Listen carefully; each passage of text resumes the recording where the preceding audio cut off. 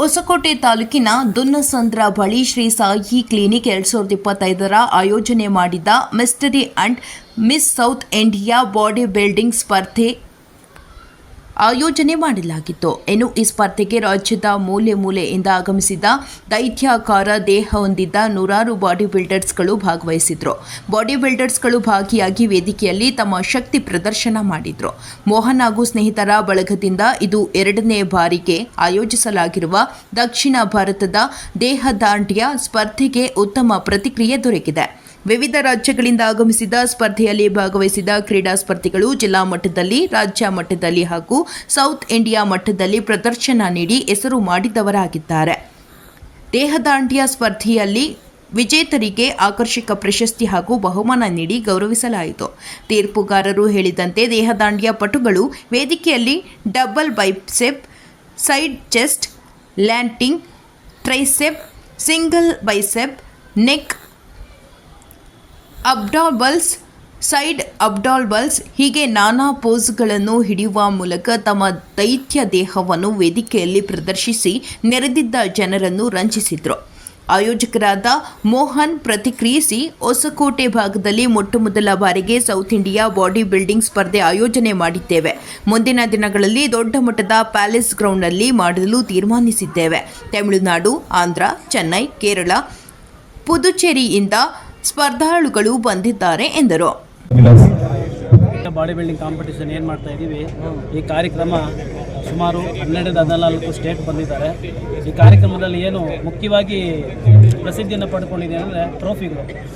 ಒಂದೇ ಒಂದು ಮಾತಿಗೆ ಹೋಗಿದ್ದು ನನ್ನ ಅಣ್ಣವ್ರಿಗೂ ಆಗಲೇ ಹೇಳಿದ್ದೆ, ಅಣ್ಣ ನಾನು ಹೇಳಿದ್ದೀನಿ, ನಾನು ಕೊಟ್ಟಿರ್ತಕ್ಕಂಥ ಮಾತನ್ನು ನೆರವೇರಿಸ್ತೀನಿ, ಒಳ್ಳೆ ರೀತಿಯೆಲ್ಲ ಹೇಳಿದ್ದೀನಿ. ಈ ಕಾರ್ಯಕ್ರಮಕ್ಕೆ ಏನಾದರೂ ಟ್ರೋಫಿಗಳನ್ನು ತುಂಬ ಅತ್ಯದ್ಭುತವಾಗಿ ಕೊಟ್ಟಿದ್ದಾರೆ ಅಂತಂದರೆ ಅದಕ್ಕೆ ಮೂಲ ಕಾರಣಕರ್ತರು ಬೇರೆ ಯಾರೂ ಅಲ್ಲ, ಸ್ನೇಹ ಸಾಗರ ವೆಂಚರ್ಸ್ ಪ್ರೈವೇಟೆಡ್ ಲಿಮಿಟೆಡ್ ಹಾಗೂ ಸ್ನೇಹ ಸಾಗರ IAS ಅಕಾಡೆಮಿ ಮಾಲೀಕರು ಆಗಿರ್ತಕ್ಕಂಥ ನನ್ನ ಪ್ರೀತಿಯ ಅಣ್ಣನವರು ಶ್ರೀನಿವಾಸ್ KPS ಅಣ್ಣನವರು ಈ ಒಂದು ಏನು ಹೇಳ್ತೀನಿ ಹೆಸರನ್ನು ಸಲ್ಲಬೇಕಂತ ನಾನು ಈ ಮೂಲಕ ಬಯಸ್ತಾ. ಸೊ ಹಾಗೆ ನಾನೇನಾದರೂ ಈ ಮೀಡಿಯಾದಲ್ಲಿ ಏನು ಅನೌನ್ಸ್ ಮಾಡ್ತಾ ಇದ್ದೀನಿ ಅಂತಂದರೆ ಡಿಸೆಂಬರ್ 26-27 ಏನು ಮಿಸ್ಟರ್ ವರ್ಲ್ಡ್ ಕಾಂಪಿಟೇಷನ್ ಮಾಡ್ತಾ ಇದ್ದೀವಿ, ಅದು ಬೇರೆ ಎಲ್ಲಲ್ಲ ಪ್ಯಾಲೇಸ್ ಗ್ರೌಂಡಲ್ಲಿ. ಅದಕ್ಕೂ ಸಹ ನಮ್ಮ ಅಣ್ಣನವರು ಜೊತೆಯಲ್ಲಿ ಇರ್ತಾರೆ ಅಂತ ನಾನು ಬಯಸ್ತೀನಿ. ದಯವಿಟ್ಟು ಅಣ್ಣನವರು ಒಂದು ಆಸೆ ಇತ್ತು ದೊಡ್ಡ ಮಟ್ಟದಲ್ಲಿ ಮಾಡಬೇಕು ಅಂತ. ಆ ದೊಡ್ಡ ಮಟ್ಟದಲ್ಲಿ ಆಸೆ ಮಾಡಬೇಕು ಅಂತ ಹೇಳಿದಾಗ ಅಟ್ಲೀಸ್ಟ್ ದೊಡ್ಡ ವ್ಯಕ್ತಿಗಳು ಒಂದು ಕೈ ಜೋಡಿಸ್ಬೇಕು. ಬಟ್ ನನ್ನ ಹತ್ರ ಒಂದು ರೀತಿಯ ಬಲ ಯಾರಲಿಲ್ಲ ನಿಜವಾಗ್ಲೂ. ಈ ಬಲ ನನಗೆ ಏನನ್ನು ತುಂಬಿದ್ದು ಯಾರಂತ ಮೊದಲಿಗೆ ನಮ್ಮ ಅಣ್ಣನಾಗಿರ್ತಕ್ಕಂಥ ನಮ್ಮ ಸಂತುಬಾಯಿ ಅವರು. ಯಾಕಂದರೆ ಅವ್ರ ಮೂಲಕನೇ ನನಗೆ ಈ ದೊಡ್ಡ ವ್ಯಕ್ತಿ ಪರಿಚಯ ಆಗಿದ್ದು. ಯಾಕಂದರೆ ಪರಿಚಯ ಆಗಿರ್ತಕ್ಕಂಥ ವ್ಯಕ್ತಿಗಳಿಂದ ನಾವು ಮರಿಬಾರ್ದು ಅಂತ ಹೇಳ್ತಾರೆ. ನಾನು ಈ ವೇದಿಕೆ ಮುಖಾಂತರ ಮತ್ತು ಏನು ಮಾಧ್ಯಮದ ಮುಖಾಂತರ ಹೇಳ್ಕೊಳ್ತೀನಿ, ಏನಾದರೂ ನಾನು ಅಪ್ಪಿತಪ್ಪಿ ಅಣ್ಣನ ಮನಸ್ಸಿಗೆ ಏನಾದರೂ ಸಣ್ಣ ಪುಟ್ಟ ತಪ್ಪು ಮಾಡಿದರೆ ಮತ್ತೆ ಹೇಳ್ತೀನಿ, ಕ್ಷಮೆ ಕೇಳ್ತೀನಿ. ಮತ್ತು ಈ ಮಟ್ಟದ ಕಾರ್ಯಕ್ರಮ ಆಗೋದಕ್ಕೆ ಮುಖ್ಯ ಕಾರಣನೇ ಅವರು ಮತ್ತು ನಮ್ಮ ಸಂತುಬಾಯಿ ಅವರೇ. ಯಾಕಂದ್ರೆ ಅವ್ರು ಮರೆಯೋದಕ್ಕೆ ಸಾಧ್ಯನೇ ಇಲ್ಲ. 18-17 ವರ್ಷದಿಂದ ಆಲ್ಮೋಸ್ಟ್ 60 ವರ್ಷದವ್ರು ಎಲ್ಲನೂ ಭಾಗವಹಿಸಿದ್ದಾರೆ. ಎಲ್ಲ ಒಂದು ಕ್ಯಾಟಗರಿ ಹೆಣ್ಮಕ್ಳಾಗಿರ್ಬೋದು, ವಯಸ್ಸಾಗಿರ್ತಕ್ಕಂಥವ್ರು ಸಹ ಮಾಡಿದ್ದಾರೆ. ಇದು ಹೇಳಬೇಕಾದ್ರೆ ಈ ಭಾಗದಲ್ಲಿ ಮೊದಲನೇ ಬಾರಿಗೆ ಅಂದರೆ ಈ ಒಂದು ಹೊಸಕೋಟೆ ಭಾಗದ ಇತಿಹಾಸದಲ್ಲಿ ಮೊದಲನೇ ಬಾರಿಗೆ ಮಾಡಿರ್ತಕ್ಕಂಥದ್ದು. ಅದು ಒಂದು ಖುಷಿಯ ವಿಚಾರ. ಆ ರಾಷ್ಟ್ರೀಯ ಮಟ್ಟದಲ್ಲಿ ಅನ್ಕೂಲ ಆ ಒಂದು ಖುಷಿಯ ವಿಚಾರ. ಆ ಖುಷಿ ವಿಚಾರಕ್ಕೆ ಅಣ್ಣನವರೇ ಮಾಡಿರ್ತಕ್ಕಂಥದ್ದು. ದಯವಿಟ್ಟು ನಾನು ಮಾತಾಡೋದಲ್ಲ, ಅಣ್ಣನವರಿಗೆ ಒಂದು ಸ್ಟೇಜ್ ಮೇಲೆ ತರಬಾರ್ದು ಆ ಯೋಚನೆ ಮಾಡಿದೆ. ಮೊದಲನೇ ವರ್ಷ ಕಾರ್ಯಕ್ರಮ ಮಾಡೋ ತಂದೆಯವ್ರು ಬರ್ತಾರೆ, ಅದಾದಮೇಲೆ 3 ತಿಂಗಳಿಗೆ ತಂದೆ ತೀರೋಗ್ತಾರೆ. ಅವ್ರ ಕನಸನ್ನು ಮತ್ತೆ ದೊಡ್ಡ ಮಟ್ಟದಲ್ಲಿ ತೊಗೊಳ್ಬೇಕಂತ ತುಂಬ 2 ವರ್ಷ ಕಷ್ಟಪಟ್ಟೆ. 2 ವರ್ಷ ನನಗೆ ಫಲ ಸಿಗಲಿಲ್ಲ. 3ನೇ ವರ್ಷ ಫಲ ಸಿಕ್ತು ಅಂದ್ಕೊಂಡಿದ್ದೀನಿ. ಯಾಕಂದರೆ ಇನ್ನೊಂದು ಹೇಳಬೇಕು, ನನಗೆ ಈ ಕಾರ್ಯಕ್ರಮ ಈ ಮಟ್ಟಕ್ಕೆ ಯಶಸ್ಸು ಸಿಗ್ತಾಯಿದೆ ಅಂದರೆ ಅದಕ್ಕೊಬ್ಬ ಕಾರಣ ವ್ಯಕ್ತಿ. ಯುಗ ಆಗಿರ್ಬೋದು, ಸೀನಣ್ಣವರಾಗಿರ್ಬೋದು, ನಮ್ಮ ಕೊಲಿಗ್ ಮನ್ಸೂರ್ ಸರ್ ಅವರಾಗಿರ್ಬೋದು, ಆಮೇಲೆ ನಮ್ಮ ಅಣ್ಣ ಜಾಯ್ಕಟ್ಲರ್ ಮೋಹನಣ್ಣವರಾಗಿರ್ಬೋದು, ಎಲ್ಲರೂ ಕಾರಣಕರ್ತರು. ಮುಖ್ಯವಾಗಿ ನನಗೆ ಟ್ರೋಫಿ ಬೇಕಾಗಿತ್ತು. ಈ ಎಲ್ಲ ಕೀರ್ತಿ ನಾನು ಇವತ್ತು ಹೇಳ್ತೀನಿ ಅಣ್ಣನವ್ರಿಗೆ ಸಲ್ಬೇಕು. ಅದು ನಮ್ಮ ಸಂತುಬಾಯಿ ಅವ್ರ ಕಡೆನೇ ಪರಿಚಯ ಆಗಿ ನನಗೆ ಅಣ್ಣನವರು. ನೆಕ್ಸ್ಟು ಪ್ಯಾಲೇಸ್ ಗ್ರೌಂಡಲ್ಲಿ ಮಾಡಬೇಕು. ಪ್ಯಾಲೇಸ್ ಗ್ರೌಂಡಲ್ಲಿ ಯಾಕೆ ಮಾಡಬೇಕಂತ ಅಂದ್ಕೊಂಡೆ ಅಂತಂದರೆ, ಇಡೀ ಪ್ರಪಂಚ ಭಾರತದ ಕಡೆ ಬರಬೇಕು. ನಾವು ಭಾರತ ಬೇರೆ ಕಡೆ ಹೋಗೋದಲ್ಲ, ಭಾರತದ ಕಡೆ ಈ ಕಡೆ ಬರಬೇಕು. ಅದರಲ್ಲಿ ಮುಖ್ಯವಾಗಿ ಅಣ್ಣನವರು ಏನು ಸ್ನೇಹ ಸಾಗರ ವೆಂಚರ್ಸ್ ಇದೆ, ಅದು ದೊಡ್ಡ ಮಟ್ಟದಲ್ಲಿ ಅಣ್ಣವ್ರಿಗೆ ಹೇಳಿದ್ದೀನಿ, ಸ್ನೇಹ ಸಾಗರ ವೆಂಚರ್ಸ್ ಒಂದು ಸ್ಟ್ಯಾಂಪ್ ಆಗಬೇಕು. ಅದು ಖಂಡಿತವಾಗ್ಲೂ ನಾನು ಮಾಡ್ತೀನಿ. ಈ ಮುಖಾಂತರ ಮಾಧ್ಯಮದ ಮುಖಾಂತರ ಹೇಳ್ತೀನಿ, ಸ್ನೇಹ ಸಾಗರ ವೆಂಚರ್ಸ್ ಪ್ರೈವೇಟ್ ಲಿಮಿಟೆಡ್ ನಾನೇನು ಮಾಡ್ತೀನಿ, ಒಂದು ದೊಡ್ಡ ಸ್ಟ್ಯಾಂಪ್ ಮಾಡ್ತೀನಿ.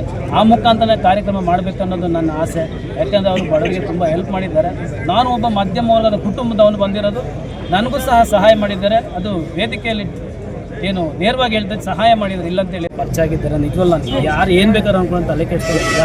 ಕಾರಣಕರ್ತ ದೇವರನ್ನು ಸಂತುಬಾಯಿ ಇವ್ರನ್ನ ನಾನು ಜೀವನ ಪೂರ್ತಿ ಕೂಡ ಮರೆಯೋಕ್ಕಾಗೋದೇ ಇಲ್ಲ. ಯಾಕಂದ್ರೆ ಯಾರು ಏನು ಬೇಕಾದ್ರೆ ಅಂದ್ಕೊಳ್ಬೋದು. ಇವರಿಂದ ನಾನು ನನಗೆ ಇವರು ಸಿಕ್ಕಿದ್ದು.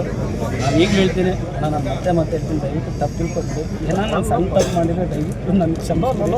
ನಾನು ತುಂಬ ಕಷ್ಟಪಟ್ಟಿದ್ದೀನಿ ನಿಜವಾಗ್ಲೂ. ಇದು ಕಾರ್ಯಕ್ರಮ 100% ಸಕ್ಸಸ್ ಕಾರ್ಯಕ್ರಮ. ಈ ಕಾರ್ಯಕ್ರಮ ಮಾಡೋದಕ್ಕೆ ಮೋಹನ್ ಮತ್ತು ಒಂದು ಟೀಮು ತುಂಬಾ ಶ್ರಮ ಪಟ್ಟಿದ್ದಾರೆ.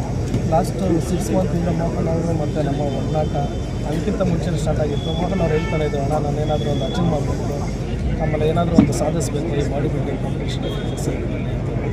ಫಸ್ಟ್ ಸ್ಟಾರ್ಟಿಂಗ್ ಬಂದು ನಾನು ಮೋಹನ್ ಅವರು ಈ ರೀತಿಯಾಗಿ ಹೇಳ್ತಾ ಇರೋದು ಏನೋ ಮಾಡ್ತದೆ ಏನೋ ಆ ಥರ ಒಂದು ಅರ್ಧಂಬರ್ಧ ನಂಬಿಕೆಯಿಂದ ಇತ್ತು. ಆಮೇಲೆ ಮೋಹನ್ ನಾನು ಎಷ್ಟು ಇಗ್ನೋರ್ ಮಾಡಿದ್ರು ಮೋಹನ್ ಇಲ್ಲಣ್ಣ 100% ನಾನು ಏನಾದರೂ ಒಂದು ಸಾಧನೆ ಮಾಡೇ ಮಾಡ್ತೀನಿ, ನಾನು ಸಪೋರ್ಟ್ ಬೇಕು ಅಂತ ಹೇಳಿದಾಗ ಆಯಿತು ಮೋಹನ್ ನೋಡೋಣ ಅಂತ ಹೇಳಿದ್ದೆ. ಬಟ್ ಇವಾಗ ಕಾರ್ಯಕ್ರಮನ ಇಲ್ಲಿ ಬಂದು ನೋಡಿದಾಗ ಗೊತ್ತಾಗುತ್ತೆ 100% ನಾನು ಮೋಹನ್ಗೆ ಈ ಒಂದು ಏನೋ ಹೇಳ್ತಾರೆ ನನ್ನ ಬಗ್ಗೆ 2 ವರ್ಷ ಅವೆಲ್ಲ ಮುಂದಿನ ದಿನ ಮೋಹನ್ ಅವರೇನು ಕಾಲೇಜ್ ಗ್ರೌಂಡಲ್ಲಿ ಏನು ಕಾರ್ಯಕ್ರಮ ಮಾಡಬೇಕು ಅಂತ ಹೇಳಿದ್ರು. ಇದಕ್ಕೆ 25 ಲಕ್ಷದಿಂದ ಒಂದು 50 ಲಕ್ಷ ರೂಪಾಯಿಗೆ ಮೋಹನ್ ಮೇಲೆ ಇನ್ವೆಸ್ಟ್ಮೆಂಟ್ ಮಾಡಿ ಒಂದು ಮೋಹನ್ ನಾಟ್ ಓನ್ಲಿ ನ್ಯಾಷನಲ್ ಒಂದು ಇಂಟರ್ನ್ಯಾಷನಲ್ ಮಟ್ಟಕ್ಕೆ ಮೋಹನ್ ಗುರುತಿಸ್ಕೊಬೇಕು. ಅದಕ್ಕೆ ಏನು ಸಹಾಯ ಬೇಕೋ ಮತ್ತು ಸಹಕಾರ ಬೇಕೋ ಖಂಡಿತವಾಗ್ಲೂ ಸ್ನೇಹ ಸಾಗರ ವೆಂಚರ್ಸ್ ಕಡೆಯಿಂದ ಮೋಹನ್ಗೆ ಕೊಡೋದಕ್ಕೆ ಥ್ಯಾಂಕ್ ಯು ಸೊ ಮಚ್.